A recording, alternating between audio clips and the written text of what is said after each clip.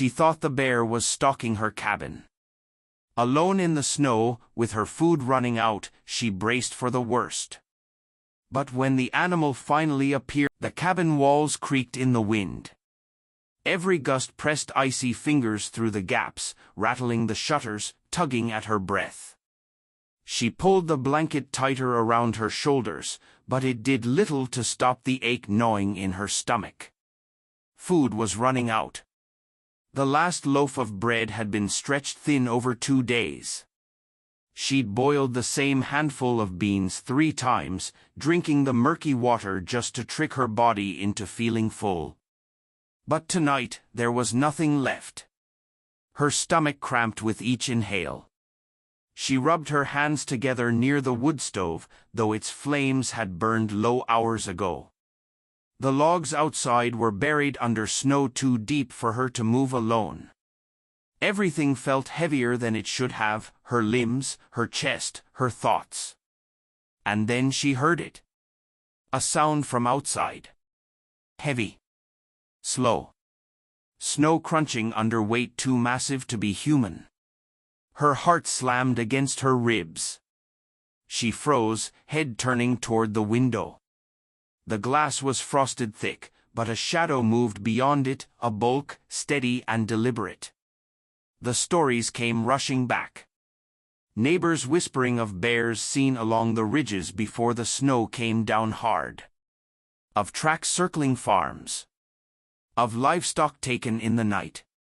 She stumbled backward, knocking the chair against the table. The shadow paused. The sound of its breathing pressed through the walls, low and powerful. "No, not now," she whispered, panic flooding her chest. The shadow shifted closer. For a breathless second, she thought it would crash against the cabin door, splinter it with claws and weight. She grabbed the only thing near, an old iron poker from beside the stove, and held it in both hands, though her arms shook violently. The crunch of snow stopped. Silence fell. And then came a sound she didn't expect. Not claws raking wood. Not a growl. Something dropped against the porch with a soft, muffled thud. Her breath hitched. She inched toward the door, every instinct screaming not to, yet drawn by a force stronger than fear. Slowly, she cracked the door open. The cold hit her first, sharp and merciless. Then her eyes adjusted to the pale light of the storm.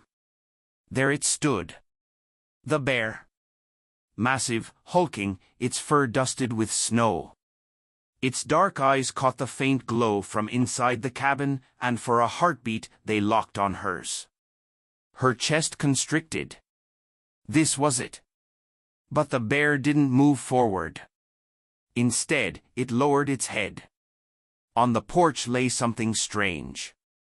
A heap of tangled branches, stripped roots, and scattered berries. Food. Her hands trembled around the iron poker. She couldn't believe what she was seeing. The bear huffed once, steaming breath curling in the air. Then it turned, lumbering back into the trees. She staggered forward, staring down at the bundle it had left behind. The berries glistened darkly in the snow.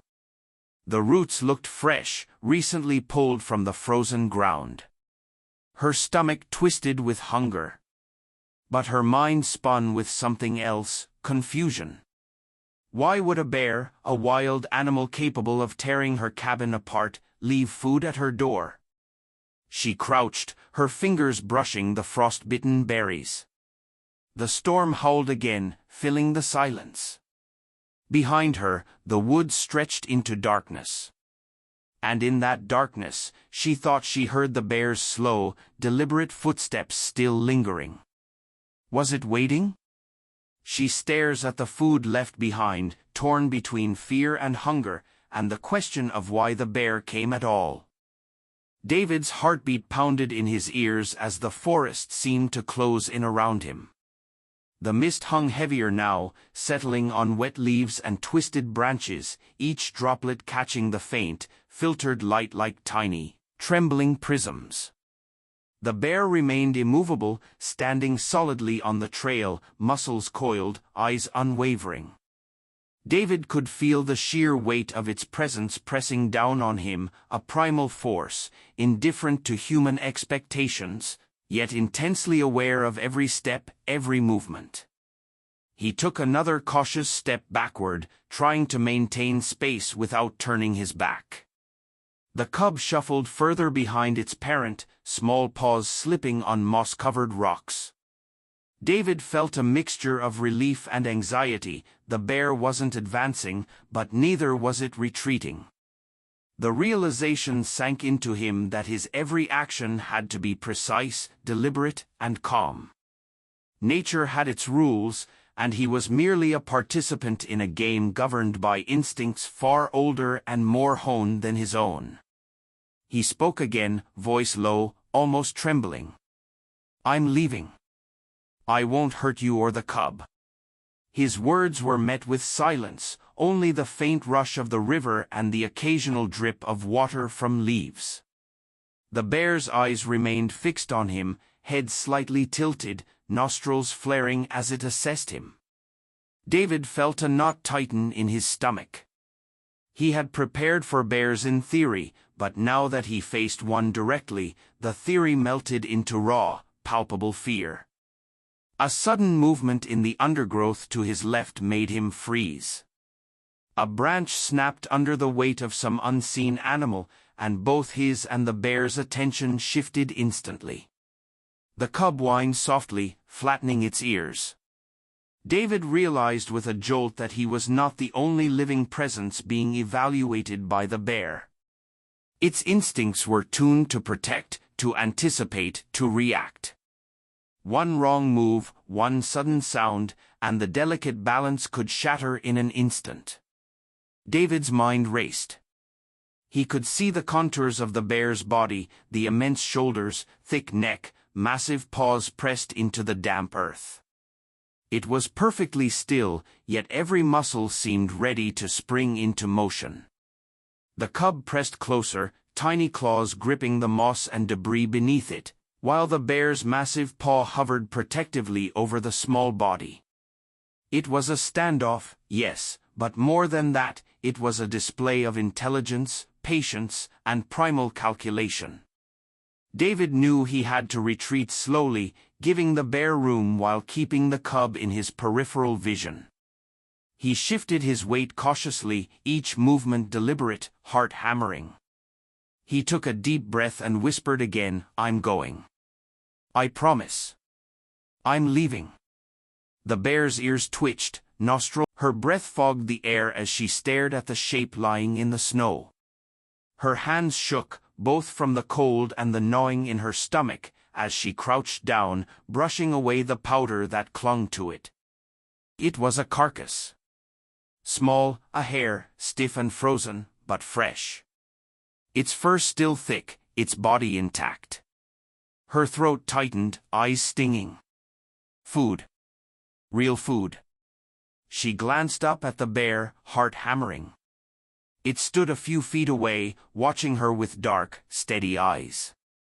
Its chest rose and fell, clouds of vapor curling into the storm. It didn't move toward the rabbit. It didn't lunge, or try to reclaim it. It had brought it to her. Her lips parted, but no words came. She didn't know if it was possible, if bears could understand need, or hunger, or mercy. Maybe it wasn't. Maybe she was only imagining some bond because her mind was fraying with starvation. But the hare was there. Her hands trembled as she picked it up, the cold biting through her skin. She had no fire, no way to cook it properly, but right now, raw survival outweighed everything else. Still, she hesitated. Her eyes lifted again. The bear was still watching. Its head tilted slightly, snow clinging to its muzzle. "Why?" she whispered, voice breaking. The bear gave no answer. Just a slow blink. Her stomach twisted violently, tearing away the last of her hesitation. She sank down against the tree again, knife fumbling in her hand as she prepared the carcass with shaking fingers. The first bite made her gag. It was cold, metallic, bitter on her tongue. But once she swallowed, something inside her snapped, the desperate, animal instinct to survive taking over. She ate until her body wouldn't let her anymore, until warmth spread through her chest, faint but real. When it was done, she leaned back, wiping her mouth with her sleeve, heart still pounding. The bear hadn't moved. Her breath caught. Was it waiting for something? Was it only feeding her so it could keep her alive for later? The thought sent a shiver colder than the wind racing down her spine. But then the bear huffed, turning away. It lumbered a few steps into the storm and stopped. Its massive head swung back toward her, as if checking to see if she followed. Her pulse hammered. It wanted her to move. The wind howled like a living thing, lashing her cheeks with shards of ice. Every step felt like wading through a sea of white. She pulled her coat tighter around her body, a useless gesture, the cold already buried in her bones. And yet, she followed. The bear's hulking figure moved steadily ahead, massive paws pressing deep tracks into the snow. Tracks she used like a lifeline, planting her boots inside them, forcing her legs to keep going. Every so often, the bear turned its head, eyes glinting through the storm. Not once did it growl or charge. Not once did it vanish into the trees. Always, it stayed just ahead, as though tethering her to the present, to motion, to survival. Her thoughts whirled as fiercely as the wind. Why hadn't it killed her when she gave it the bread? Why bring her the hare? Why guide her now? It made no sense. She staggered, knees buckling, and for a moment she fell to her hands in the snow, gasping. The cold bit into her palms, the sting nearly unbearable. She half expected the bear to turn then, to strike, to finish her off. Instead, it stopped. It stood a few yards ahead, waiting, its massive body steady against the gale. It didn't move until she forced herself back onto her feet. Her chest heaved. You won't leave me, will you?" The words disappeared into the storm, unheard. But saying them out loud gave her a strange strength, thin as a thread but just enough to keep her moving. The forest thickened as they pushed deeper, trees leaning close, their branches sagging heavy with snow. The storm screamed through them, tearing loose flakes and needles, showering the ground in white. Hours blurred into a cruel rhythm, follow the tracks, stumble, rise again. Always, the bear was there, carving the path, never closer than a few feet, never farther than she could see. And then? The trees parted. Her breath caught in her throat as the land dipped ahead, a hollow in the forest floor. And within it, half hidden by snow and branches, rose a dark shape. A cave. The bear trudged down into the hollow without hesitation, its body disappearing into the shadows inside. She froze at the ridge. Her chest burned with terror. If she followed, there would be no escape. It could be a shelter or a trap. Her legs trembled, every instinct screaming at her to run. But there was nowhere else. Nowhere but the storm. And the storm would kill her faster than the bear ever could. She swallowed, heart hammering, eyes fixed on the black mouth of the cave. Her next step would decide everything. The clearing exploded into chaos. The first wolf scrambled back, its yelp echoing as it limped into the storm. But the others didn't scatter.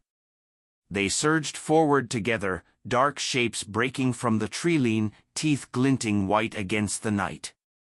The man's chest seized with terror. He clawed weakly at the snow, his body screaming at him to move, to do something, but he was too weak, too broken. All he could do was watch. The bear met them head-on. Its roar shook the forest, rattling through the storm like thunder. Snow flew in sheets as it swung a massive paw, catching one wolf mid-leap and slamming it into the ground with a sickening thud.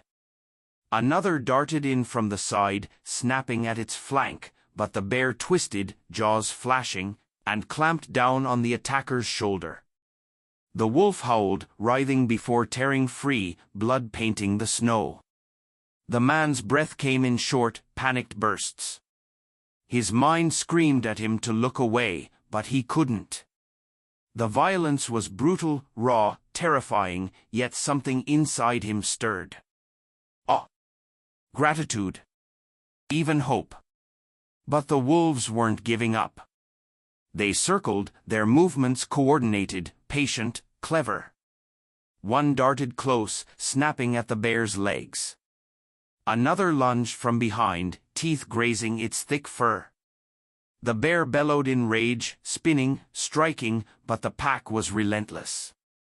The man realized with a sinking dread, the wolves weren't only testing the bear. They were herding, drawing it away. And if they succeeded, if they pulled the bear from his side, he wouldn't last minutes alone. His pulse hammered in his ears. He tried to shout, but his voice cracked, swallowed by the storm. He tried to move, dragging himself an inch across the snow, his limbs like stone. "Don't leave me, don't leave me." The bear seemed to hear him. Even as it fought, it kept circling back, never straying too far from where the man lay. Each time a wolf lunged closer to him, the bear wheeled, snarling, driving it back with sweeping claws. It was fighting two battles, survival and protection. The man's throat tightened. The fear didn't vanish, but something heavier replaced it. The realization that this wild creature, this beast of the forest, was choosing again and again to stand between him and death. But the wolves weren't finished. A new howl rose from the trees, deeper, louder, commanding. The pack leader. The man's blood froze as he saw it, larger, darker, eyes burning hotter than the rest. It padded into the clearing, teeth bared, growl rumbling low. The other wolves fell back slightly, as if making room. The leader lowered its head, and the storm seemed to pause. Then it charged. The alpha wolf has entered the fight, and the storm is about to decide who survives the night. The air in the cave felt colder when she opened her eyes. Her neck ached from sleeping against stone, her body stiff and trembling. At first, she thought it was just the storm that woke her, the wind still howling through the forest. But then she saw them. Shadows moving at the mouth of the cave. Her heart slammed against her ribs. She blinked hard, forcing her vision into focus. Figures loomed in the snow, not the massive bulk of the bear, but leaner, quicker shapes. They moved in packs, slinking low, their eyes catching faint glimmers of light. Wolves. Her blood ran cold. She pressed back into the wall, holding her breath. There were 3, no, 4, circling just beyond the entrance. Their paws crunched softly in the snow, ears pricked forward, noses twitching. They smelled her. Her throat closed as one padded closer, slipping into the shadow of the cave. Its lips curled, teeth flashing white in the dim light. A low growl rumbled from its chest, echoing against the stone. Panic clawed up her throat. She reached instinctively for her knife, fingers trembling so violently she almost dropped it. But a single knife against 4 wolves? Hopeless. The growl deepened. Another wolf slipped in behind the first, hackles bristling, eyes locked on her. The others paced outside, tails flicking, waiting. Her breath came in short, sharp bursts. The walls felt like they were closing in, the storm outside sealing her fate. And then? A sound shook the cave. A roar. It erupted from the shadows deeper inside, so deep and powerful the stone itself seemed to vibrate. The wolves froze. The sound came again, deafening, primal, the kind of sound that lived in their blood and told them to run. The woman's chest seized as a massive shape surged forward from the darkness. The bear. Its bulk filled the cave, fur bristling, teeth bared. It charged with a fury that sent the first wolf yelping backward, tail tucked. The others scattered, snapping once before vanishing into the snow, their howls fading into the storm. Silence slammed back down. The woman pressed against the wall, knife still clutched in her shaking hand, eyes wide. The bear turned, chest heaving, breath rolling in clouds. Its eyes flicked to her, steady, piercing, before it lowered its head in a huff, almost dismissive, and settled back toward the center of the cave. Her body wouldn't move. She sat frozen, caught between terror and awe. It hadn't killed her. It had defended her. The wolves are driven off, but the woman realizes the bear is not just sparing her, it is protecting her. The morning arrived with a brittle chill that sliced through her layers of clothing. Snow had fallen overnight, muffling the forest in a thick, white blanket. She stepped onto the porch, careful to avoid the footprints left by the bear the day before. The bear was already there, massive form hunched slightly as it sniffed the snow near the cabin. Her pulse quickened, but the fear that had once gripped her chest was tempered now by cautious familiarity. She held out her hand, empty this time. No offerings. No food. Just a silent acknowledgement. The bear paused, lifting its massive head. Its dark eyes met hers. Steam puffed from its nostrils, curling in the cold air. Then, slowly, it turned toward the tree line and padded along the edge of the clearing, glancing back at her as if to say, "Follow my lead." Her stomach tightened. She felt the primal tug of instinct, curiosity. Fear. Survival. She stepped outside, boots crunching in the snow, staying close to the cabin. Through the trees, movement flickered. A small pack of wild wolves, lean and hungry, prowled the forest's edge. Eyes glinted in the morning light, teeth bared, growls low and menacing. Her chest seized. Wolves were fast, dangerous, and she had no weapon except the iron poker inside the cabin. Panic clawed at her throat. But the bear didn't hesitate. It moved between her and the wolves, massive shoulders bristling, stance firm and immovable. Its growl rolled through the clearing like distant thunder. The wolves hesitated, sensing the raw power of the creature in front of them. One stepped forward, slow, testing, before retreating at the bear's low, threatening rumble. She froze, heart pounding, realizing something extraordinary. The bear wasn't just delivering food anymore. It was protecting her.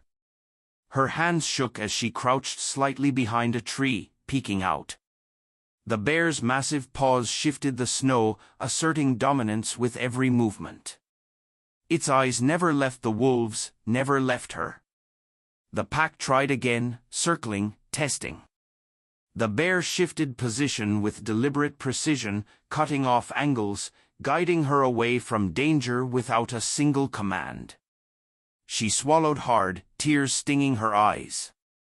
Hunger had brought them together, but now, trust had evolved into something else. She was no longer alone in the forest.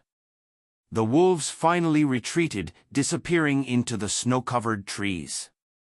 The bear exhaled a deep, slow breath, then turned its gaze to her. It lowered its massive head, letting out a soft huff, a silent reassurance. She stepped forward, cautiously. I don't know how to thank you," she whispered. The bear blinked, ears twitching, before retreating slowly back toward the tree line. Its actions were deliberate, measured. Protective. kind, in the way only the wild could manage. She knew, in that moment, that her survival didn't rely on luck anymore. It relied on the bond she had built with the creature that had once terrified her. The wolves retreat, but she realizes the bear isn't just feeding her anymore, it's actively protecting her, and the forest outside is more dangerous than she imagined. The bear's paws landed heavily on the cobblestones, each step deliberate, dragging the weight of silence with him. His head lowered slightly, his breath pushing white puffs into the cold night air. The apples lay forgotten behind him, scattered in broken crates, juice soaking into the dirt. But his eyes weren't on the fruit anymore. They were fixed on the small hand pressed against the glass. The boy's breath fogged the window as he leaned forward, his eyes wide but unblinking. His palm stayed where it was, trembling only slightly. The librarian reached to pull him back, but her grip hesitated. Something in the child's stillness, in the way he held himself, froze her arm. The bear approached slowly, his massive frame illuminated now and again by the shifting glow of a lantern outside. His fur rippled in the half-light, coarse strands catching the silver of the moon. His steps echoed against the walls, a deep rhythm that made the villagers' hearts pound in unison. "He's coming closer," the farmer hissed, clutching the lantern so tightly that the iron handle burned into his skin. "We need to act." "No sudden moves," the librarian whispered sharply, her eyes locked on the bear. "If we frighten him now," she didn't finish. The bear reached the base of the library wall. His claws scraped faintly against the stone as he shifted his weight, tilting his head. His nose brushed the glass where the boy's palm rested. The sound was shockingly soft, a faint tap, followed by the fog of his breath blooming across the pane. The boy's chest rose quickly, but he didn't move. He whispered, barely audible, "He's not angry." The librarian's pulse thundered in her ears. She couldn't decide if it was madness or instinct that kept the boy frozen there. But the bear didn't growl. He didn't slam his weight into the wall. Instead, he pressed his muzzle gently against the window, as though testing the barrier between them. From outside, the villagers shifted nervously. One of the older men raised a pitchfork, but the farmer snapped at him in a low growl. "Put it down." "No." The air was too thin, too fragile for steel. Inside, the boy slowly lifted his other hand, placing both palms against the glass. The bear's breath misted the pane, each exhale deep and steady, each inhale pulling the boy's scent into his searching nose. For a long, unbearable moment, nothing moved but the drifting steam between them. Then the bear made a sound. Not a growl, not a roar, but a low, rumbling huff, almost like a sigh. His ears flicked back, and he shifted his weight again, pressing closer to the glass. The pane creaked faintly under the heat and moisture of his breath. The librarian finally found her voice. "Step back," she urged the boy, though even as she said it, her tone lacked conviction. Something in her chest told her this was no act of aggression. This was something else entirely, something she couldn't explain. The boy shook his head slightly, his eyes never leaving the bear's. "He's just looking." But the moment's quiet shattered with the sudden squeak of a loose cartwheel. Someone in the square had shifted nervously, pushing their cart too close against the stones. The sound rang sharp in the silence. The bear's head snapped toward it. His ears shot forward, body tensing like a coiled spring. His muscles rippled as his claws dug into the stone at the light. David's muscles tensed as the sudden splash from upstream reverberated through the forest, echoing off the mossy trunks and river rocks. The bear's ears swiveled sharply, nostrils flaring as it assessed the source. The cub pressed instinctively closer to its parent, claws digging into the damp soil. David froze, his heart pounding, aware that the tension he had felt for hours was now peaking. Every fiber of his being screamed for caution. One misstep could unravel the delicate balance that had been painstakingly maintained. Through the swirling mist, he glimpsed a disturbance in the water, a large salmon caught in the river's rapid current, struggling against the force of the swollen river. The bear's stance shifted instantly, muscles coiled, massive shoulders rippling under thick fur, eyes locked on the prey. The cub squeaked softly, mirroring the parent's focus and awareness. David realized he was witnessing a crucial life-and-death moment, the culmination of hours of observation, patience, and instinct. He inched backward slowly, careful to maintain his footing on the slippery moss-covered incline. The bear's gaze flicked briefly toward him, amber eyes assessing, but it quickly returned to the river. Its paws pressed firmly into the wet soil, leaving deep impressions, each movement deliberate, precise. The cub mirrored the parent, small paws gripping moss and roots, muscles tensed in anticipation. David's pulse quickened as he watched the adult bear prepare to act, understanding that this was a moment of raw, unfiltered natural behavior. The salmon thrashed violently, water splashing across the bear's paws. The adult remained poised, balancing instinct with calculation. It leaned forward slightly, a massive paw reaching out, but not recklessly, not with aggression, merely to corral the fish toward calmer water. The cub watched intently, amber eyes wide, learning from the adult's measured response. David's breath caught. He was witnessing intelligence, patience, and precision, a rare glimpse into the mind of a wild predator acting with awareness and restraint. The river churned, currents swirling around rocks and submerged logs. David's focus sharpened as he tracked the bear's every movement. The adult nudged the salmon gently, redirecting its path toward a slower eddy where the cub could observe without danger. The cub squeaked, ears flicked forward, and claws gripped the soil tightly. David exhaled slowly, heart pounding.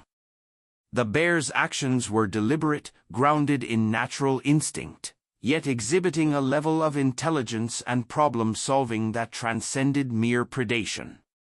He shifted slightly, careful not to startle the pair. Mist curled around. The forest stretched endlessly around her, a vast world of white silence broken only by the crunch of her boots and the heavy prints of the bear leading her forward. For hours, she followed. The cold bit at her skin, but the fire inside her was different now. She wasn't stumbling blindly anymore. She wasn't waiting for death in a frozen cave. She was moving because of him. At times, she faltered, her legs weak from exhaustion. Each time, the bear paused, waiting until she found the strength to continue. His slow, steady pace seemed made for her, not for the wilderness that he owned. Then, just when she thought she couldn't take another step, the trees opened. Her breath caught. Smoke. Thin trails rose in the distance, curling into the pale sky. And beneath them, shapes. Cabins. A settlement. Her knees nearly buckled. Home. People. Safety. The bear stopped at the tree line. His massive body was framed against the snow, his head turning slightly as if to watch her reaction. She choked on a sob, tears stinging her frozen skin. She turned to him, words tumbling, broken but desperate. You brought me back." He stood still, silent, his breath clouding in the cold. For a heartbeat, she thought he might move closer, might let her reach out, to touch the creature who had spared her, defended her, fed her, and now delivered her to life. But instead, he turned. Without a sound, he padded back into the trees, his massive form swallowed by the forest, leaving only deep prints in the snow behind. her heart wrenched. She wanted to call out, to stop him, to thank him, but her voice broke into the wind. She stood there, staring after him until the last flicker of his shadow vanished into the wilderness. Then she turned toward the cabins. Toward life. The villagers rushed to meet her when they saw her staggering from the trees, their hands pulling her close, wrapping her in warmth, voices tumbling over one another with shock and relief. But even as she let herself collapse into their arms, part of her remained with the bear. The wild, impossible companion who had asked nothing, yet given her everything. Later, as she sat by a roaring fire inside the safety of the cabin, a steaming bowl of broth in her hands, her mind returned to him. His eyes in the firelight. His roar that scattered wolves. His silent gift of a hare. And above all, the simple truth. She had given him her last food, expecting death. And in return, he had given her life. She looked out the frosted window into the endless white of the forest beyond. And whispered softly, almost like a prayer. "Thank you." She gave up her last piece of food to a starving bear, and in return, he gave her survival. Sometimes, the most unexpected bonds are the ones that save us. What would you have done if you were in her place? Let us know in the comments, and don't forget to like, subscribe, and share for more true survival stories like this one.